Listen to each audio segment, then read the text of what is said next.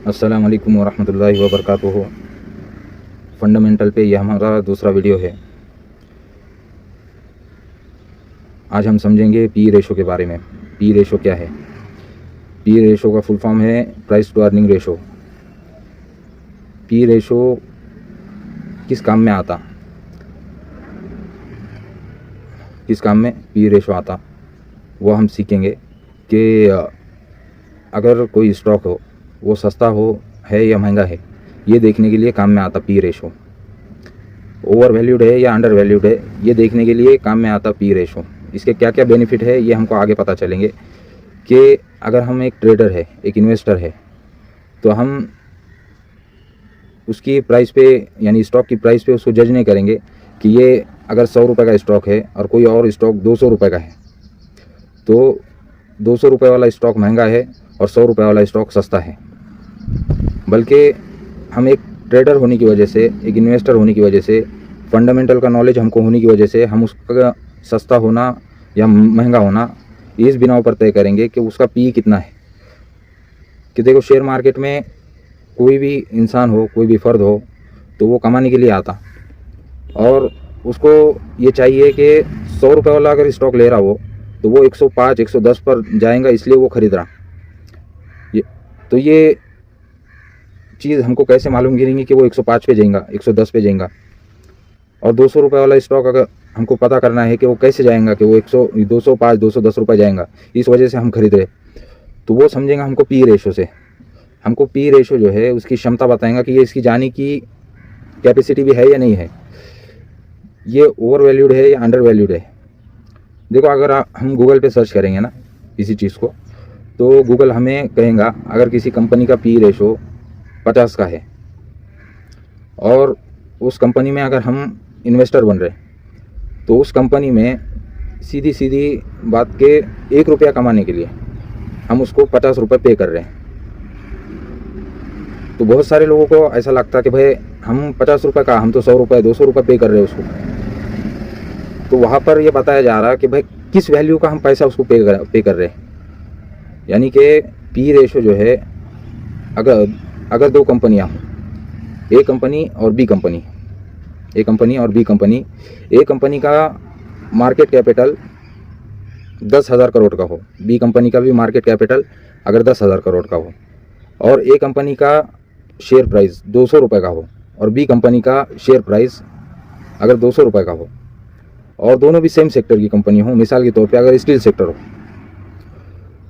तो हम इन दोनों कंपनी के अंदर जज कैसे करेंगे कि भाई दोनों कंपनी में से कौन सी कंपनी और आगे बढ़ सकती और कौन सी कंपनी का स्टॉक महंगा है और सस्ता है। तो हम ये जज करेंगे पी रेशो की बिनाव पे कि अगर सेम सेक्टर की कंपनी हो, सेम उसका मार्केट कैपिटल हो और सेम उसका प्राइस हो, और लेकिन उसका पी रेशो अलग हो।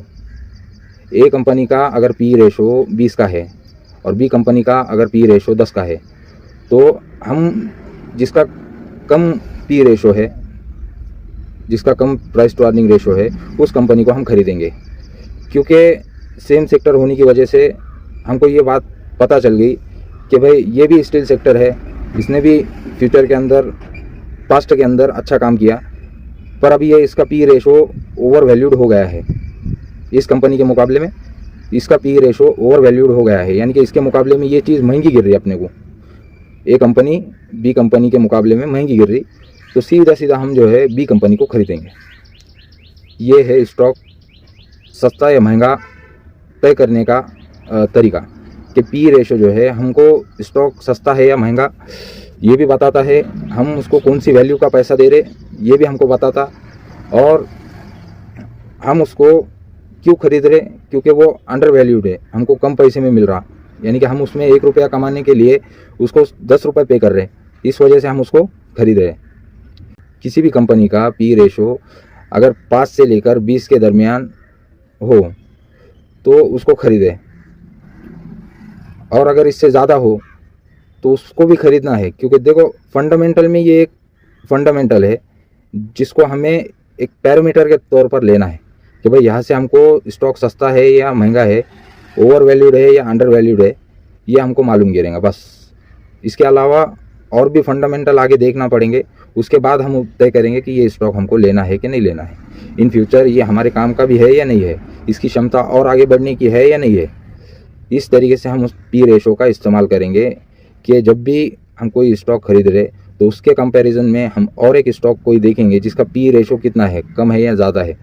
तो अगर ज़्यादा है तो ये हमको उसके मुकाबले में अंडर वैल्यूड मिल रहा और सस्ता मिल रहा, और वो बड़ा है तो ये भी बढ़ेगा, इसके चांसेस ज़्यादा रहते। इस वजह से हमको पी रेशो देखना है। तो ये है पी रेशो का जो है पूरी वजाहत, ये है पी रेशो की। और पी रेशो एक और वजह से काम में भी आता कि अगर हम किसी कंपनी को खरीद रहे हैं, कंपनी बहुत महंगी है, यानी कि 800-1000 रुपये का उसका स्टॉक है, लेकिन हमको जो है पी रेशो से मालूम गिर रहा कि उसका स्टॉक पी सिर्फ 10 या 15 का है। तो उस हिसाब से अभी भी कंपनी जो है सस्ती है, और कोई स्टॉक बहुत सस्ता है,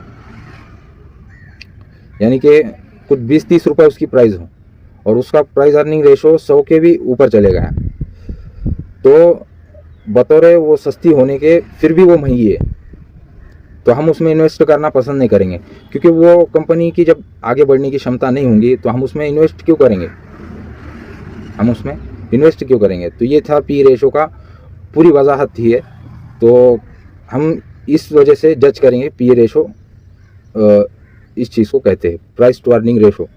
सीखो और समझो, और एक एक चीज़ को सीखना है, समझना है, और ये एक ही बार सीखना है, और उसके बाद जब सीख गए तो अच्छे अच्छे स्टॉक हम खुद ढूंढ कर निकाल सकते हैं। तो थोड़ा थोड़ा कर सीखेंगे, लेकिन इंशाल्लाह डिटेल में सीखेंगे। ठीक है। अस्सलाम वालेकुम वरहमतुल्लाहि वबरकातुहू। मिलते हैं अगली वीडियो में।